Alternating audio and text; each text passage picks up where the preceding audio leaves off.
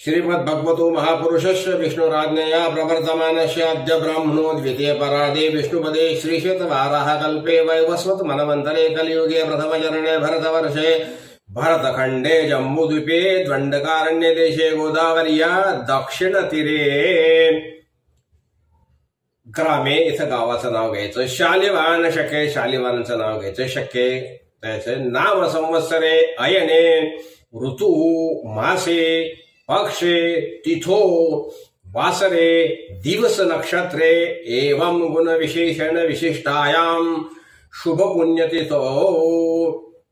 यानंतर संकल्प करायचा आहे।